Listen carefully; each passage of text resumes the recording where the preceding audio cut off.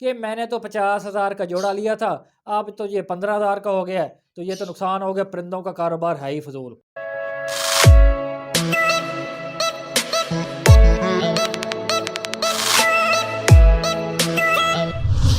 अस्सलाम वालेकुम दोस्तों, मेरा नाम है मलिक आमिर हमीद और आप हमारा यूट्यूब चैनल देख रहे हैं मिनी दूत। हमारे चैनल को कर दें जल्दी से सब्सक्राइब। दोस्तों, आज की वीडियो जो है वो बिज़नेस टिप पर है। परिंदों का जो कारोबार होता है उसके बारे में मैं आपको चंद तल्ख़ हक़ाइक़ बताऊंगा। ख़ास तौर पर वो लोग जो परिंदों का कारोबार करने का सोच रहे हैं, ये वीडियो उनके लिए है, या ये वीडियो उन लोगों के लिए भी है जो कि कई सालों से जो है, कई अरसे से जो है परिंदों का कारोबार कर रहे हैं, लेकिन उन्होंने जो है 1 रुपया भी नहीं कमाया।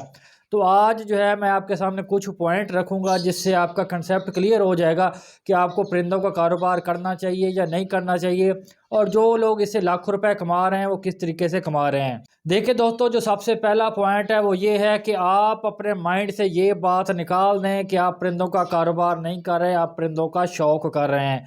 देखो, जो परिंदों का शौक है, वो हॉबी है, वो ये चीज़ है। मेरी बात लोगों को चुभती बहुत ज़्यादा ये वाली कि भाई आप शौक जो है वो नहीं कहते और आपने इसको कारोबार बना दिए।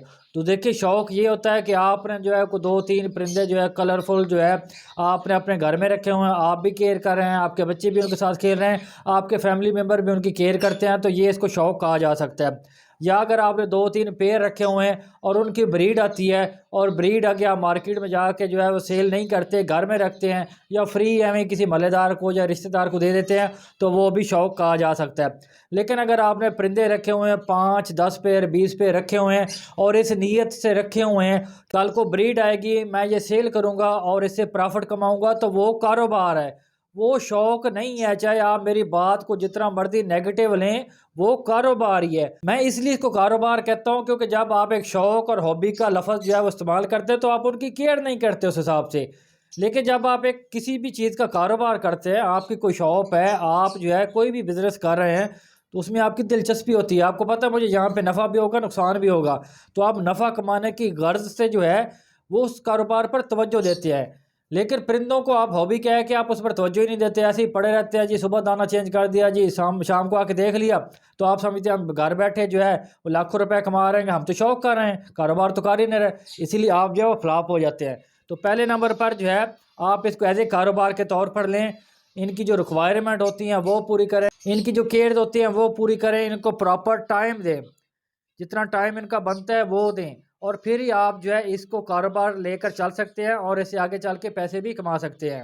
अब जो दूसरा पॉइंट है वो ये है कि 2 तरह के लोग होते हैं।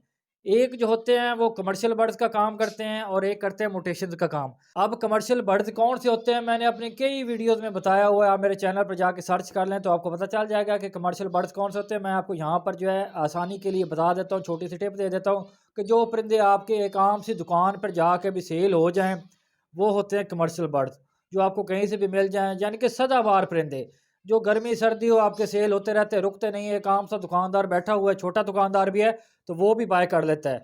वो होते हैं कमर्शियल बर्ड्स। कुछ लोग जो है कमर्शियल बर्ड्स का काम करते हैं, यानी कि वो ऊपर हाई म्यूटेशन में नहीं जाते, कमर्शियल बर्ड्स का काम करते हैं, तो इनके रेट स्टेबल रहते हैं। ये 5,000 का मौसम के हिसाब से जो है कोई फ़र्क पड़ जाता है, लेकिन ज़्यादातर इनके जो है वो स्टेबल रहते हैं रेट। तो ऐसे लोग भी जो है वो कामयाब हो जाते हैं, बशर्ते कि वो अपने परिंदों पर पूरी तवज्जो भी दें। ये नहीं कि ऐसे हॉबी का नाम लेकर और आप सुबह दाना चेंज कर दिया और फिर सारा दिन ख्याल ही ना रखा कि परिंदे कहाँ जा रहे हैं, परिंदों की क्या रिक्वायरमेंट है, कौन सा मेल है कौन सा फीमेल है, आपको कख पता ही नहीं है, तो फिर तो आप कह के साल भी लगाकर पैसे नहीं कमा सकते। तो उनको पूरी तवज्जो दें। कमर्शियल बर्ड्स को सेल करना निहायत आसान होता है, थोड़े से कम रेट पर सेल हो जाते हैं, लेकिन सेल हो जाते हैं। सोशल मीडिया पर भी सेल हो जाते हैं, आपके आम से दुकानों पर भी सेल हो जाते हैं, तो ऐसे लोग पैसे कमा लेते हैं। तो मेरी आपको सजेशन है कि अगर आप नए बंदे हैं तो पहले 2-3 साल सिर्फ आम से परिंदे रखें, कमर्शियल बर्ड रखें, ताकि आप उनसे ब्रीड लेना सीख लें। जब ब्रीड लेना आ जाए, सेल परचेज करना आ जाए, तो फिर आप आगे हाई म्यूटेशन में भी जा सकते हैं। जो दूसरी तरह के लोग होते हैं वो म्यूटेशंस रखते हैं लेकिन फिर भी कामयाब नहीं होते। अब वो क्यों कामयाब नहीं होते, देखें, एक म्यूटेशन मार्केट में आती है, नई म्यूटेशन होती है, चाहे वो लव की है, जावा की है, या किसी भी चीज़ की है, गोल्डन की कर लें, ज़ेब्रा फिश की कर लें, किसी भी परिंदे की म्यूटेशन कर लें, तो वो देखते हैं यार ये इस टाइम जो टॉप पर जा रही है, लाइक अगर फ़ोन जावा स्पैरो हो तो इस टाइम टॉप पर जा रही है फ़ोन जावा स्पैरो, लेकिन वो परचेज़ नहीं करते। वो यही सोचते हैं अच्छा मैं 2 साल बाद परचेज़ कर लूँगा जब थोड़े से रेट डाउन हो जाएंगे। तो ऐसे लोग जो है ना म्यूटेशन वाले फिर कामयाब नहीं होते, क्योंकि जब आप लेने का ज़हन बनाएंगे 2 साल बाद कि रेट डाउन होंगे तो मैं लूँगा, तो तब तो रेट डाउन ही हो चुके होंगे ना, फिर आप क्या कमाओगे? कुछ भी नहीं कमा सकोगे, फिर आप फ्लॉप हो जाओगे। जो म्यूटेशन का काम करते हैं उनके लिए ये मेरी टिप है कि जो नई म्यूटेशन आती है कोशिश करें उसको फ़ौरन से बाय करके उसकी ब्रीड लेना शुरू करें और ब्रीड सेल भी करते जाएँ। इससे पहले कि वो उसका रेट डाउन हो जाए और आप फिर सर पकड़ कर बैठ जाएँ कि मैंने तो 50,000 का जोड़ा लिया था, अब तो ये 15,000 का हो गया है, तो ये तो नुकसान हो गया, परिंदों का कारोबार है ही फ़िज़ूल। तो म्यूटेशंस रखने वाले हज़रात जो है अप टू डेट रहें मार्केट के साथ। देखते रहें कि किस चीज़ की जो है ना प्राइस ऊपर जा रही है, जो ट्रेंडिंग बर्ड हो उसको लें, उसकी ब्रीड लें, 1-2 साल रखें। अगर रेट बढ़ता जा रहा है तो आप ब्रीड बढ़ा के उसको सेल करते जाएँ, प्रॉफ़िट कमाते जाएँ, और अगर रेट डाउन होना शुरू हो गया है तो उस ब्रीड को कम कर दें, उसकी जगह पे जो नई म्यूटेशन होती हैं वो रखें। ये मैं ऐसी टिप्स बता रहा हूँ जो आपको कोई भी नहीं बताएगा। ये आपको कामयाब बनाएगी। लोग लाखों रुपए कमा रहे हैं, लोगों ने घर भी बना लिए परिंदों के कारोबार से, गाड़ियाँ भी ले ली हैं और बहुत बड़े-बड़े सेटअप चला रहे हैं। परिंदों से पैसे कमाना कोई मुश्किल नहीं है, लेकिन ये टिप्स होती हैं जिनको फॉलो करना पड़ता है, फिर ही आप कामयाब हो सकते हैं। अगर अपनी मर्ज़ी से ही आप चलते रहें कि मैं तो ये परिंदा रखता हूँ, ये इसका कलर मुझे पसंद है या ये सस्ता है, तो फिर आप सारे दिन बैठे रहेंगे, फिर आप कामयाब नहीं हो सकते। अगर आपने कमर्शियल बर्ड भी रखे हों तो फिर उसकी क्वांटिटी को बढ़ाएँ। कोई भी कमर्शियल आपके पास पेयर है, कम से कम 10-10 होने चाहिए, ताकि कल को आप ब्रीड सेल करने जाओ, आपकी वैल्यू हो। ज़्यादा ब्रीड होगी तो आपकी आसानी से सेल भी हो जाएगी और रेट भी अच्छा लगेगा।